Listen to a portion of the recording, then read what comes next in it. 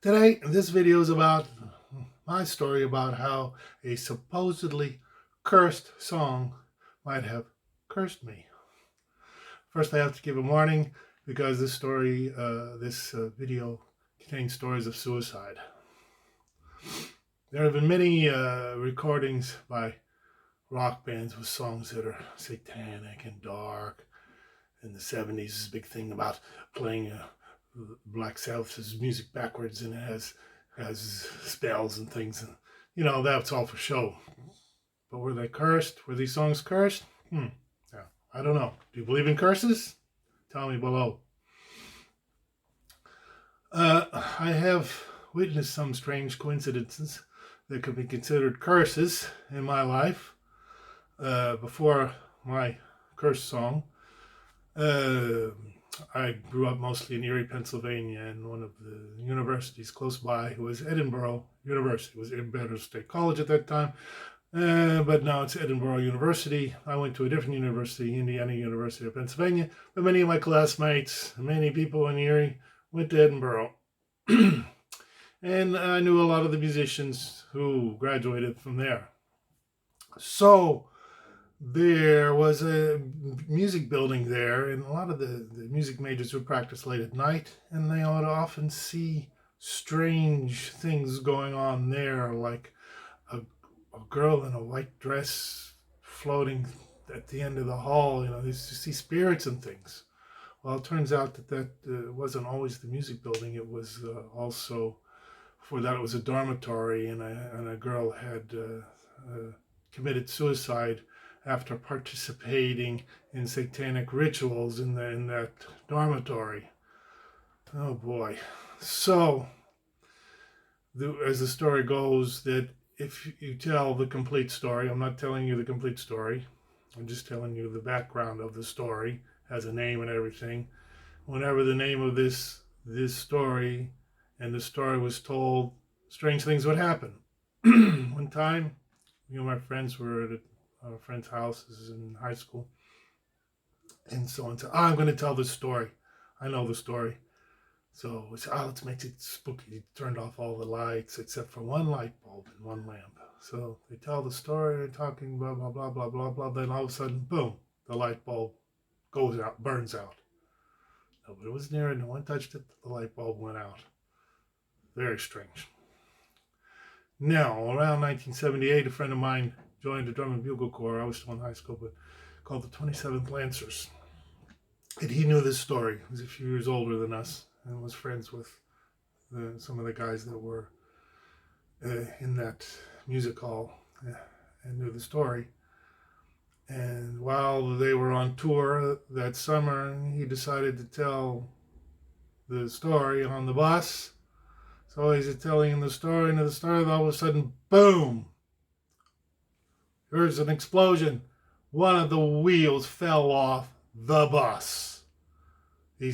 After that, he said, I'm never telling this story again. Luckily, nobody was injured. Now, okay, curses. Now, we talk about witchery and everything.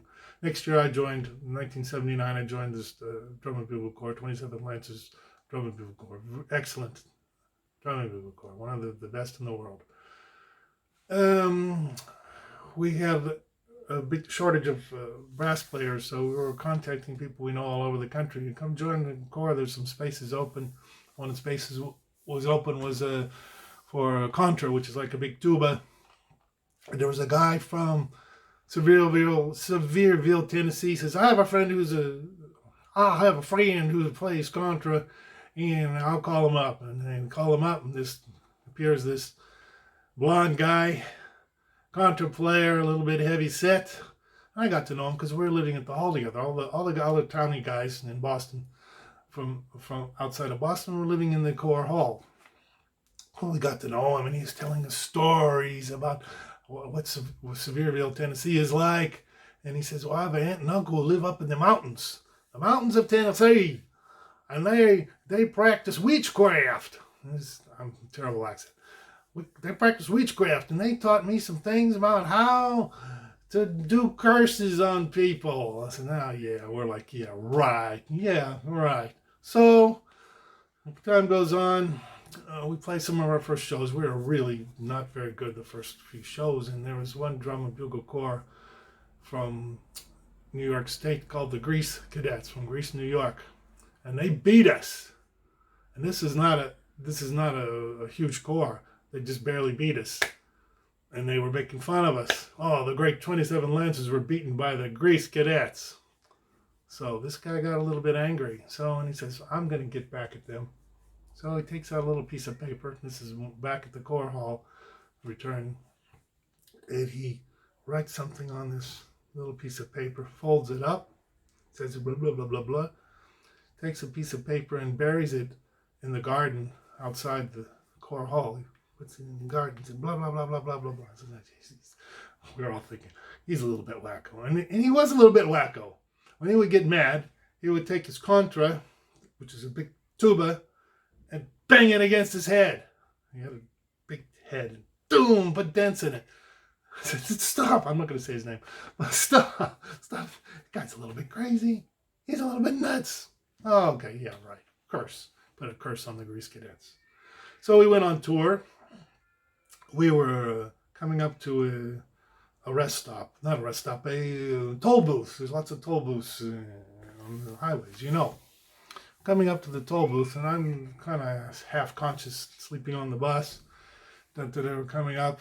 All of a sudden, the bus driver says, "Brakes out! Support! Guido, watch out! The brakes are out! I can't stop!" Next thing you know, boom! I fell onto the floor. Some of the people, girls screamed, "Ah! What happened?" Said the brakes went out. We hit the bus in front of us. And the front of the window of the bus was all smashed and everything. You guessed it. Guess whose bus it was? The Grease Cadets bus. Much nicer bus than we had. We had really old buses. They had a nice brand new bus, really nice. We smashed into the back of it.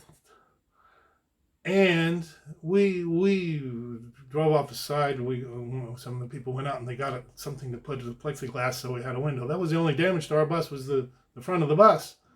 Well, since it was the back of their bus, and you know what's in the back of the buses, is the motors. Smashed the motor, totaled the bus. Also, no one on our bus got hurt. I think 5 or more people on their bus had some injuries. I think one girl broke her arm. Was that because of the curse? Oh my God, who knows? Okay, curses. Okay, so now throughout history, there was a song written in 1933, and when it came out, it was by a Hungarian composer. You might already know what I'm talking about. 2 Hungarian composers. And it got the repetition, and they called it the Suicide Song. The name is called Gloomy Sunday. Now, the writer of the music, Rezo Ceres, I don't know if I'm pronouncing it correctly, wanted to promote the song. He wrote the music, and Laszlo Javor stayed in Hungary. So the Hungarian version was already on the radio, and it was already getting a bad reputation, and they actually, I believe they banned it in Hungary. So he had the lyrics translated to French. This is in Paris. He lived. My grandfather's living there also. I don't know if they knew each other. But anyway, Rezo Ceres translated to French, and also had it translated to English, and it was re-recorded, and started getting a lot of attention around 1936 because of a rash of suicides that were attributed to that. Supposedly confirmed, 19 suicides were confirmed, caused by people who attributed their suicide to this song. In other words, one girl even had it, she jumped off the bridge, had it in her hands when she killed herself. Imagine that. That's how dark this song is about a lost love, because his lost love kills herself. Very, very dark song. Dark. So that's Gloomy Sunday. So many, more than 100 people have recorded this song since then. I mean, came out in 1933, 1931. Many people, and many of them, some of them, either had tragic lives ended tragically, or ended in suicide. I'll mention a few of them here. There's a band leader named Paul Robeson who became depressed, attempted suicide, but he didn't. He didn't kill himself, but he had a troubled life. One of the most famous troubled lives, alcoholism. Someone who recorded this song, as well as some other dark songs called Strange Fruit, was Lady Day. Billie Holiday. She recorded this song in 1941, 1942. Of course, she died tragically in the 1950s from the effects of alcoholism. There's another musician, Al Kemp, who died suddenly in a traffic accident. He recorded this song. Ricky Nelson, actor and musician Ricky Nelson of the famous Nelson family, who everybody knows, he died in a plane crash years after. One of the most recent suicides of someone who recorded this song, now it's confirmed, just recently confirmed, that she committed suicide, is Sinead O'Connor. Now, okay, committed suicide. There's one more suicide that affected me to the bone, to the trombone, because he was a trombonist. I'd been studying his music.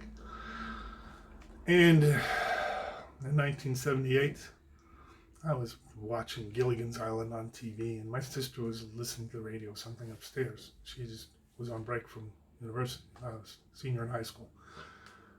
She comes down and said, there was a report on the news, this trombone player killed himself and killed one of his children and shot another one. I said, what was his name? She said, Frank Rossellino.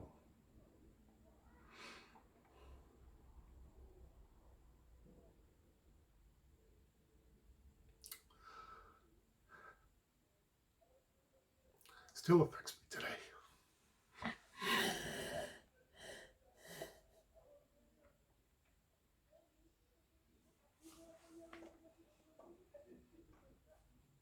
I still study his music today.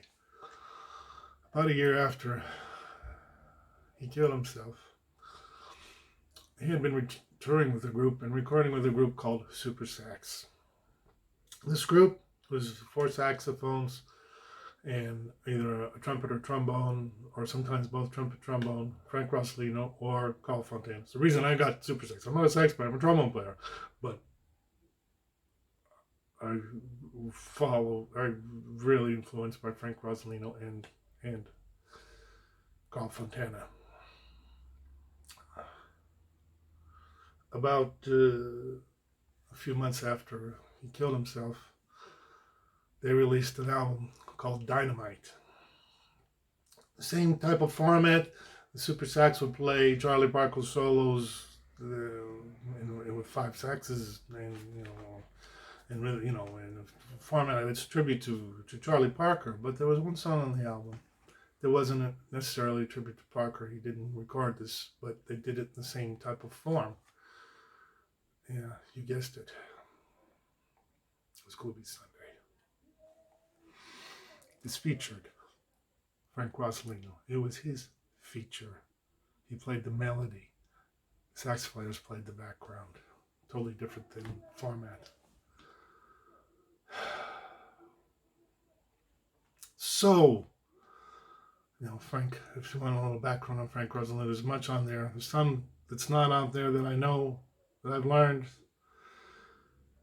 The last few years of his life, he was quite disturbed because he had 3 marriages. His 3rd marriage, he had 2 sons with his 3rd wife, and he was having an affair on the side with I think it's a woman called Diane. Long time affair, and she found out and divorced him. few months after the divorce, she killed herself.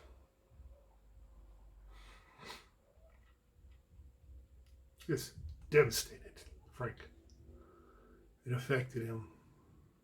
I think he felt guilty.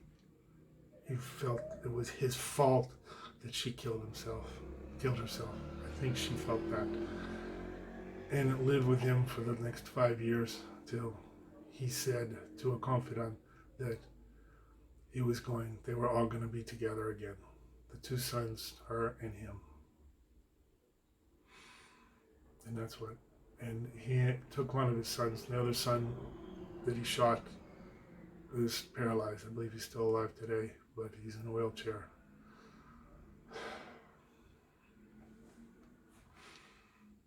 Well, now my story I promised to tell you about my story of Gloomy Sunday curse. So it's a little bit difficult for me to talk about because it's very personal. But around 2005, since I really love Frank Rossellino's playing, I decided I was playing in a big band called the Lisbon Jazz Orchestra. And the leader, Jamie Olivari, said, anybody have any arrangements? Bring them in. Let's play them. Let's play your arrangements. So I said, I'll write something. So I did. I wrote a tribute to Frank Rossellino.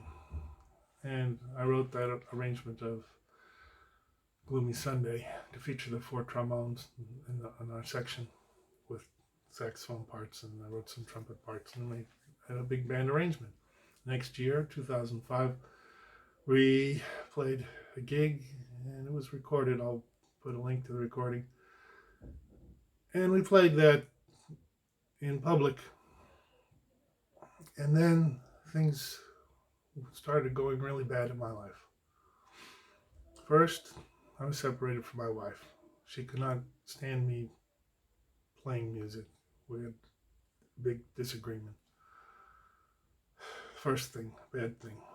And then my wife started having some health problems. She was having trouble breathing. She was taking some antidepressant medication. It wasn't a good scene. Along comes 2006, and I'm talking to my mother. I talk to my mother every week in America. She was battling mantle cell lymphoma. That's the bad lymphoma. She had terminal cancer. Of course, we didn't know. And middle of 2006, she wasn't doing very well. She was in hospice. I was planning to visit her one more time at October, but came September 15th and she passed away.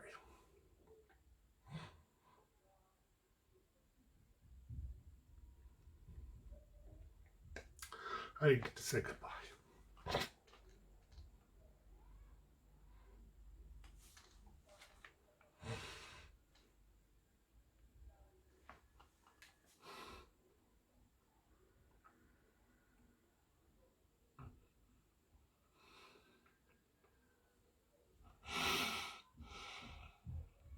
So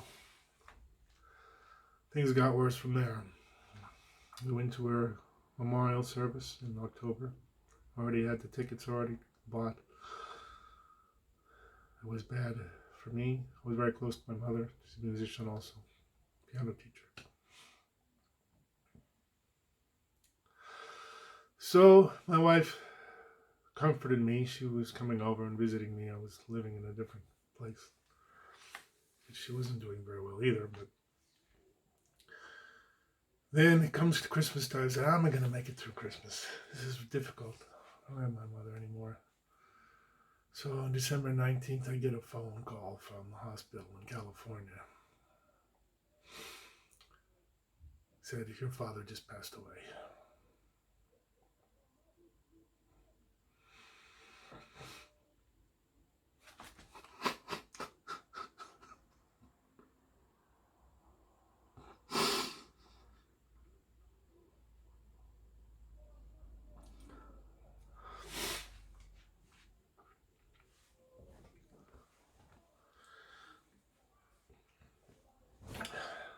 Flew to California.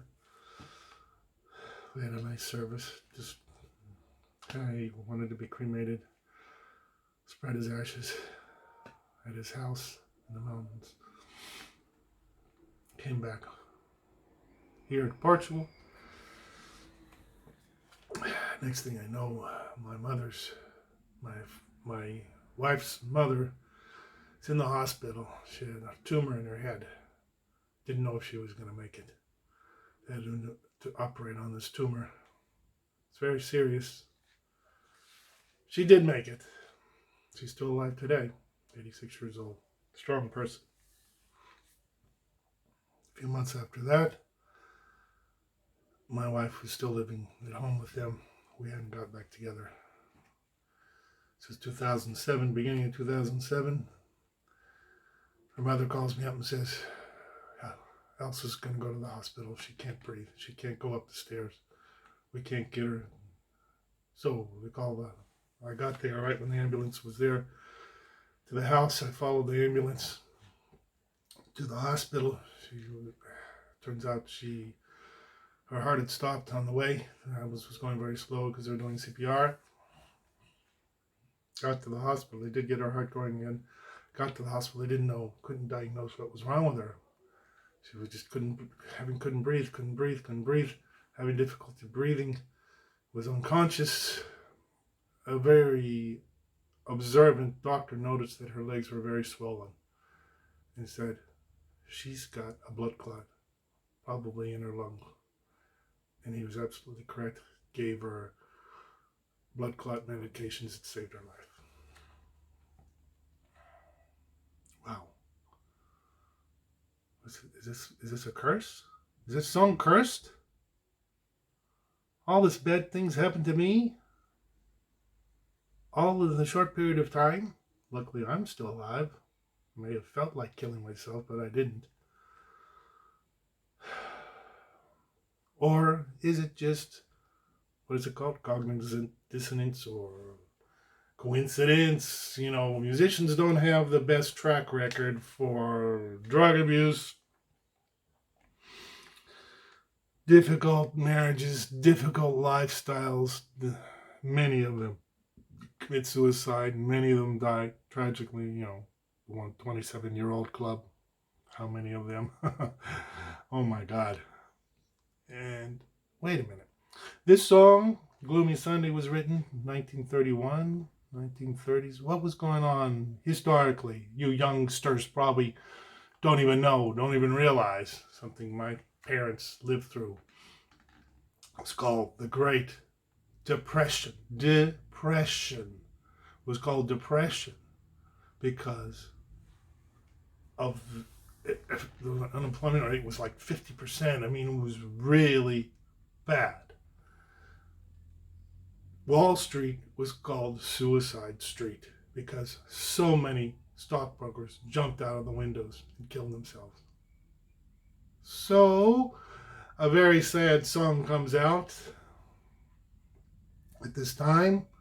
Of course, there's a lot of suicides going on anyway, if it would have come out or not.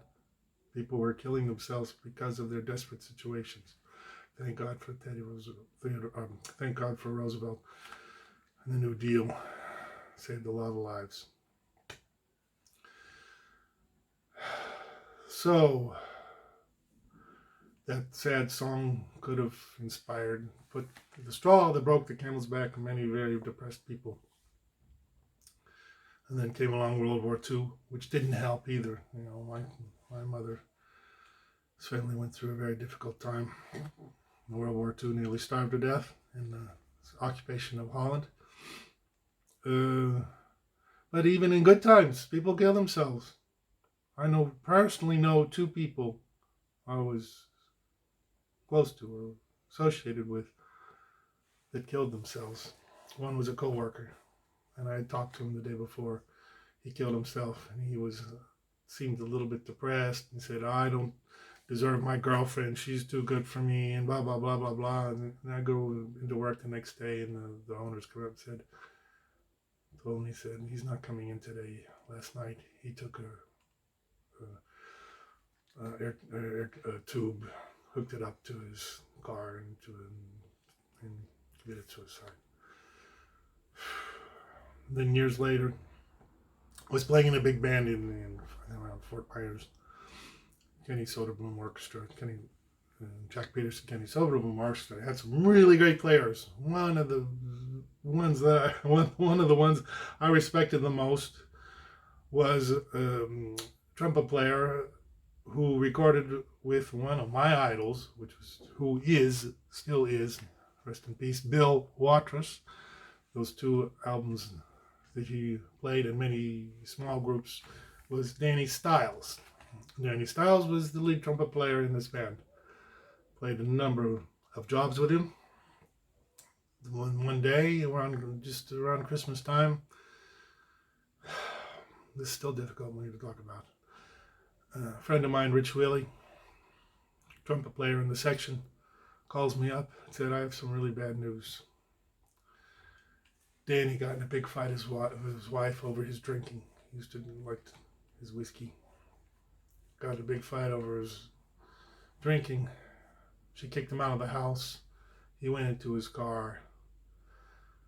In his glove compartment was a revolver. He knelt down in his front yard and shot himself.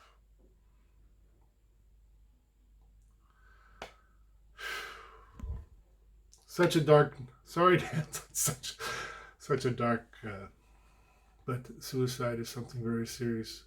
Please, if you feel like committing suicide, don't listen to the songs. Don't listen to Lady Days, Billie Holiday's version. Don't listen to it. Get help. Call the suicide hotline. It's not worth it. That's all today.